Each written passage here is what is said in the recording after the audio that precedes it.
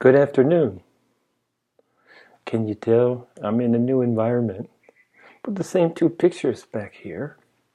Same shiny head. Same pure heart. But a different environment. New house. A couple days ago I did my first video from my new studio, and in that spirit, new beginnings.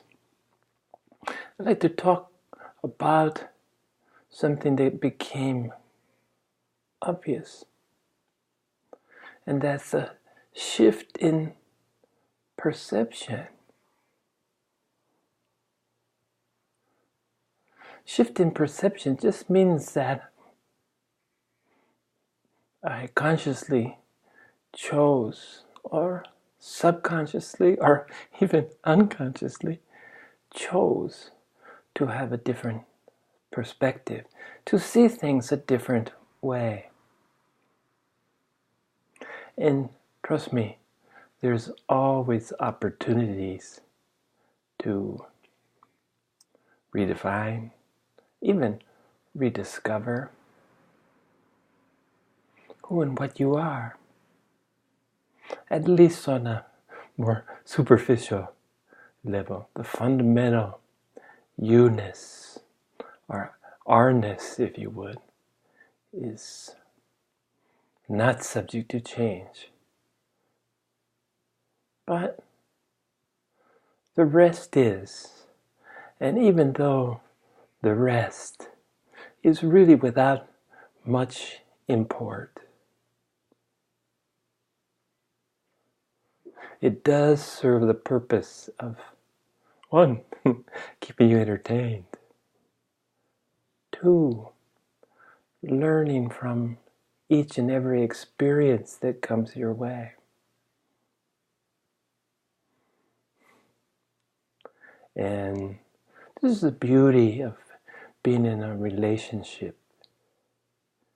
The spiritual journey traditionally has been a role of a celibate, the necessity of aloneness. Buddha's coming out of a monastic background. But this is a shift in perspective, something that I've noticed, that Buddhas now, more likely than not, are married. And that's a big, big shift. And being married, the necessity of adapting, embracing, demonstrating that you can defer to the other, that you can address the other, that you can deal with the other, that you can strive to do your best to nurture, to value, to love the other.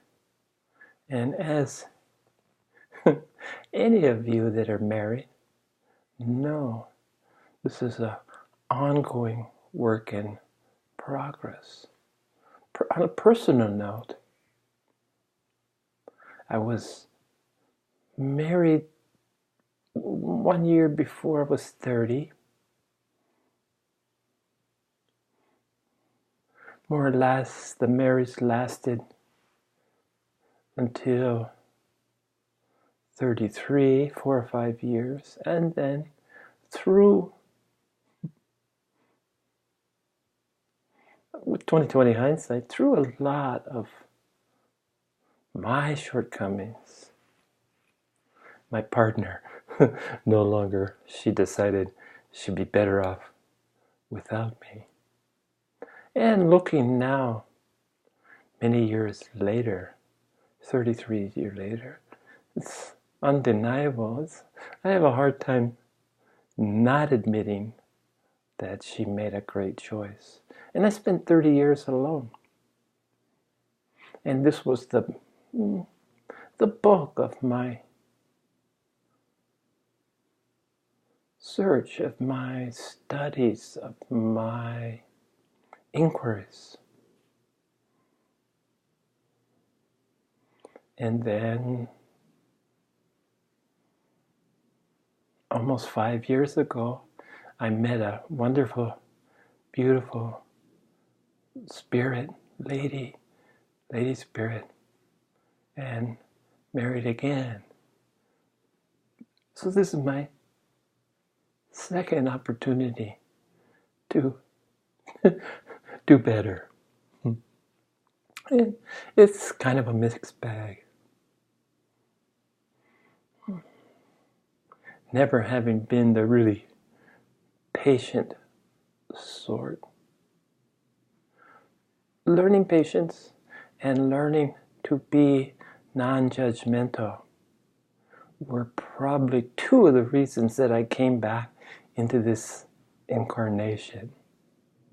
Two things that I really had to work at, along with, and probably prefaced by, an overinflated view of myself. Painful things to admit, but necessary.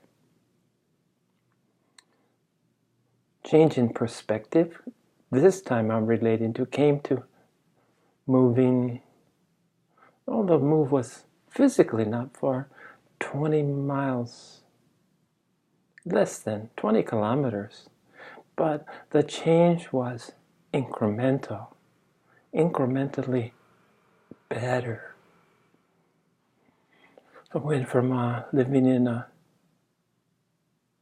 4-bedroom apartment, my wife and I, on the 11th floor of a high-rise, to living in a 3-story, single-family home, also 4 bedrooms, but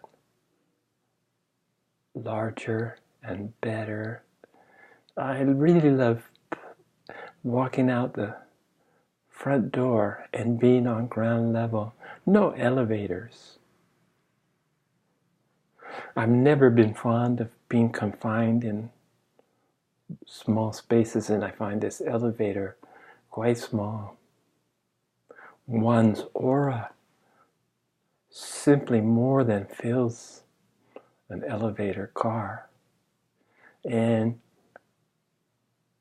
never knowing when it was going to stop, when the door would open, who would walk in, what they would be carrying, what they would be bringing to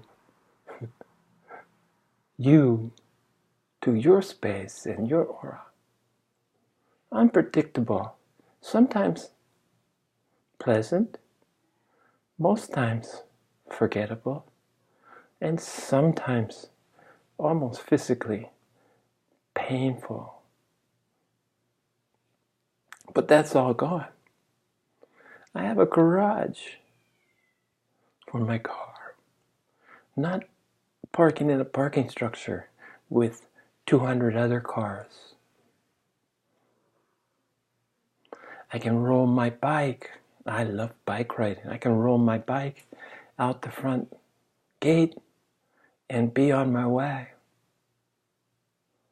5 minutes from extensive access to the wonderful bike paths that Hualien City here in Taiwan provides. Either I can go the coastal route along the ocean, appreciating the sea, or I can head up into the foothills, the base of the mountains, for a completely different experience, change of perspective. And with this change of perspective, opportunities are unavoidable. So as I work on my second chance, my second opportunity to be a better husband, a better man, I have to report that there's always room for improvement, more opportunity for improvement. Still the same, not surprisingly, the same issues. And then there's a new issue that seems to be, I don't really get it as much. I'm over enthusiastic perhaps about trying to please, trying to help. And I'm not doing this without expectations. I expect to be appreciated, and that's wrong-hearted, isn't it? And a lot of times my efforts to help, to please, or for not, cause more turmoil than not. So I'm provided with an opportunity to listen better. Don't jump the gun. Don't rush to please. Wait and see what actions or non-actions, in most cases, would be best, be met with less resistance and maybe some appreciation. But this goes to deep, deep issues. Listen. Don't respond. Don't feel that you're being presented with something to solve.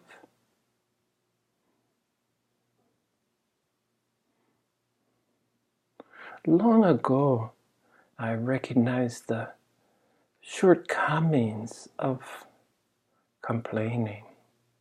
Number one, nobody wants to hear someone complain. And if you do hear complaints, you should be careful not to take the complaint as something that you're expected to resolve immediately. It's the nature of manhood.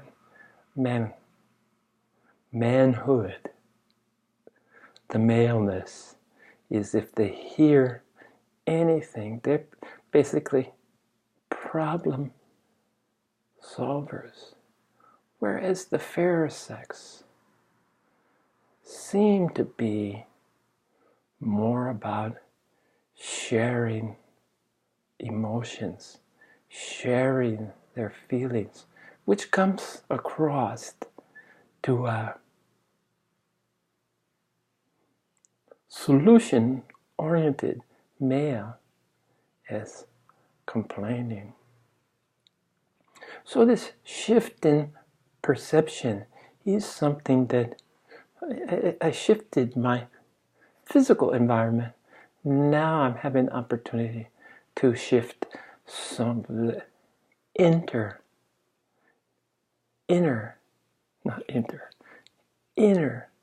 software, the inner workings, the hardware, the environment, the outside of the machine itself, and the inner, the software that allows the hardware to be something other than just a lump of stuff.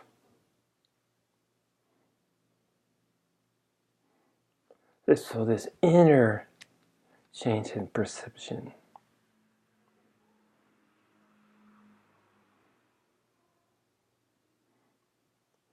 When is a smile, and a touch. All that's needed.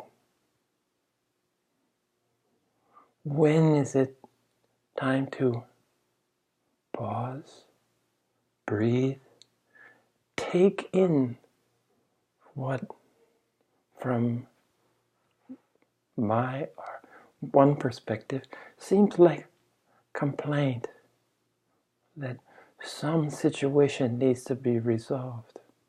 If you listen carefully, and I'm talking to myself, if it's something that needs your attention, there's something that within your purview to attempt to do something about, it'll be obvious in time. Repetition, perhaps couched in other language, on other words, in other times.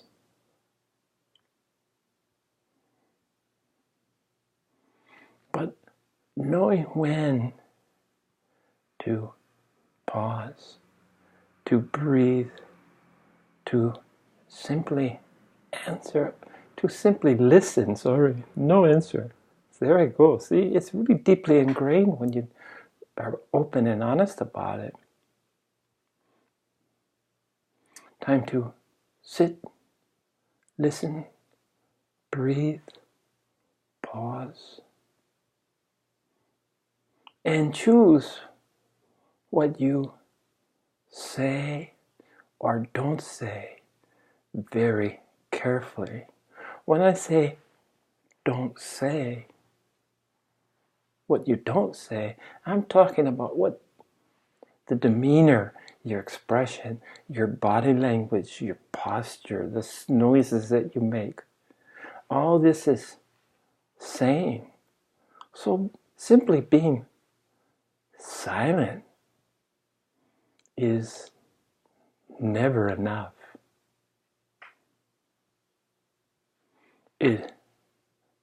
Because one thing among a myriad of other things is they are quick to understand insincerity. They feel you. They use their emotional gifts to evaluate, to grasp, whether it's just a silence, like you're biting your tongue, you're holding back because you know better that what you're going to say will cause more disharmony than it's ever worth.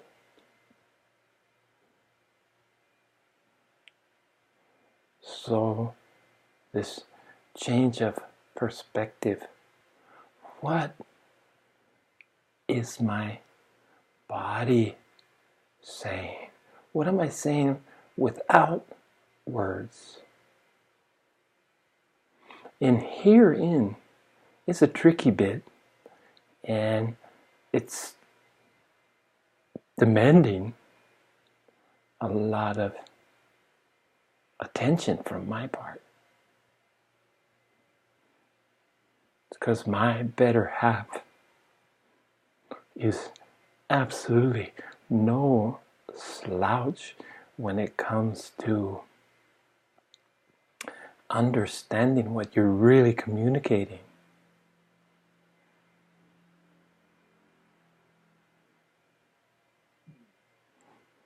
She's mentioned before that she perhaps is the only person in the world that can really tell me, that can criticize me, that I would take as criticism, because I have a tendency to be thin-skinned, especially of opinions from those I value, those I appreciate, those I love. Anything then less than perfection feedback that I get, I have an immediate response to either be defensive, irritated, hurt, all the above. Dispassionate listening. That's the art. And just by sharing today, that hit home. Gave you the opportunity to. These are sharing reflections, my work in progress.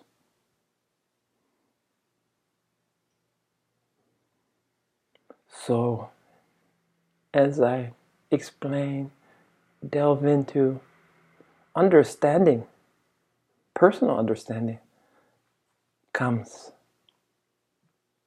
And I can see my shortcomings, my glaring shortcomings. And it's not about trying harder. It's about being mindful, paying more attention. Don't let the tongue be faster than the brain. And also, as I'm finding now, don't let the body, once you've mastered the tongue, you can keep the tongue and let the brain come first before the words come out. What about the body? What about how you hold yourself? What about your demeanor when you're dealing with wise, experienced, perceptive, intelligent partner? You get no quarter. Again, smile till it reaches the eyes. I have a stern demeanor, or so I've been told, different from this and this. Transformation. But unfortunately, or fortunately, or whatever it is, this is the mask that I'm usually saddled with. Serious, reflective, perceptive, caring, loving. Perhaps these internal emotions, internal being doesn't shine through enough. So she's mentioned, she's the one, she feels like she's the only one that would dare question me. And she's probably right. And I can judge by my response. If I'm instantly defensive, boy, I know that she's touched a nerve, touched a point. And then I will reflect on this. And if I make an effort to thank her at another time, to share my appreciation. And since she works from home on the computer, and I'm pretty much retired at home all the time. So there's lots of opportunities to get on each other's nerves. Good thing we have a nice big house, but sometimes even that doesn't seem quite big enough. So no matter how far you come, no matter how many steps on your path are taken, there is an infinite more steps.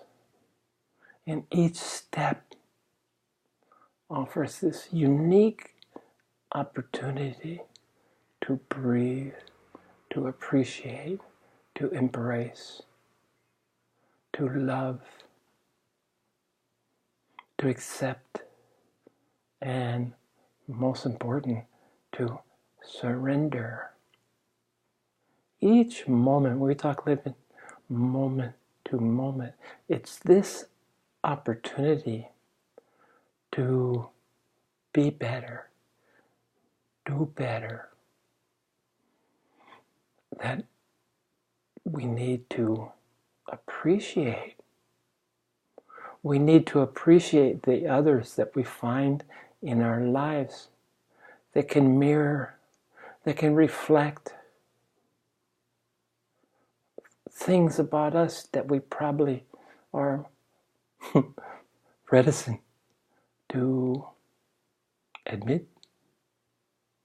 And until you admit, till you recognize, then you go through a process of forgiveness. And it always starts with, like everything else, basically, starts with self-forgiveness. Forgive yourself. See that the next moment has that beautiful opportunity to be closer to who you truly are. Each stepping stone along the path is an opportunity to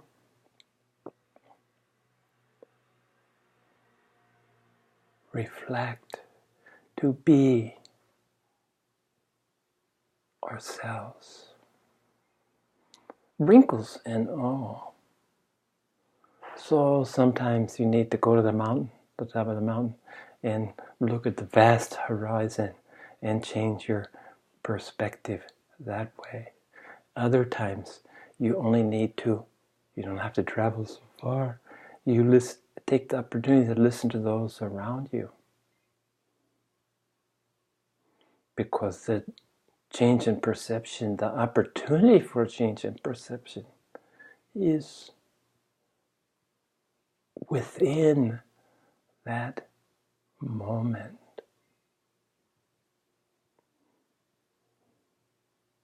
So a lot of people don't really understand what living moment to moment. They're so hung up about the past.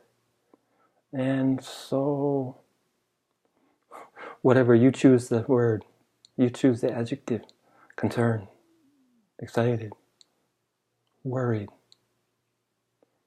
about the future, fearful. But the beauty of the moment, that opportunity, that kernel of knowing, the seed that can become a tree, that can bear fruit, that can sustain others, that can fall off the tree, wither and die, fall off the tree, and renewal, offer an opportunity for a new tree,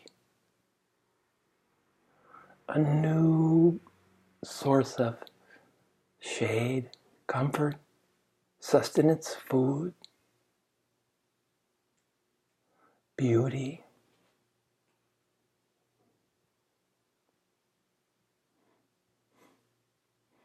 Look around. Our animals, our vegetation, our world can teach us what being in the moment truly means. As I'm speaking, my cat has gotten up from his slumber and he's thinking about what's next, and that's food. Our litter bugs. He's staring at me with those big eyes.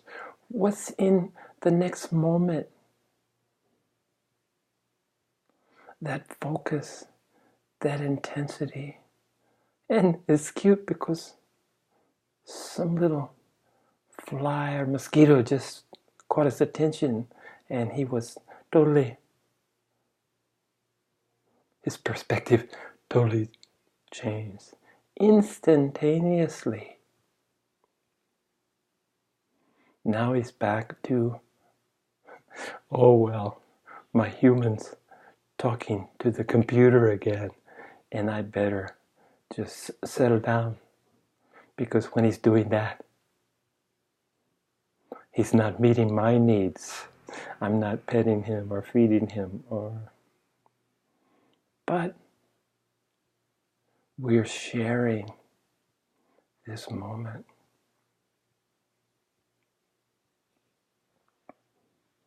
So the point of all this is just to share and just to say that life is truly beautiful. It's this opportunity to change perspectives with some kind of consequential, hopefully, result, betterment. And isn't that a beautiful opportunity? Isn't that something to be prized, to be embraced? Something that makes your step lighter, that makes your soul happier, that allows you to do your smallest part in the very ordinariness of your human existence. To do the infinitely small but gigantically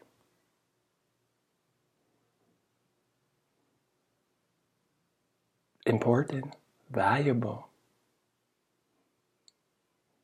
contribution to making the world a better place. A simple smile, a contentment, a commitment, an understanding, each and every, a surrendering. Each and every one of these is a contribution. And it's all that we can contribute, but its value should never be minimized or overlooked. So how you live your life, how you see life, how you meet life, how you greet life, how you share life, these are the things that you can choose. Essentially, everything else doesn't care what you think or what you feel or what you choose or what you understand to be right.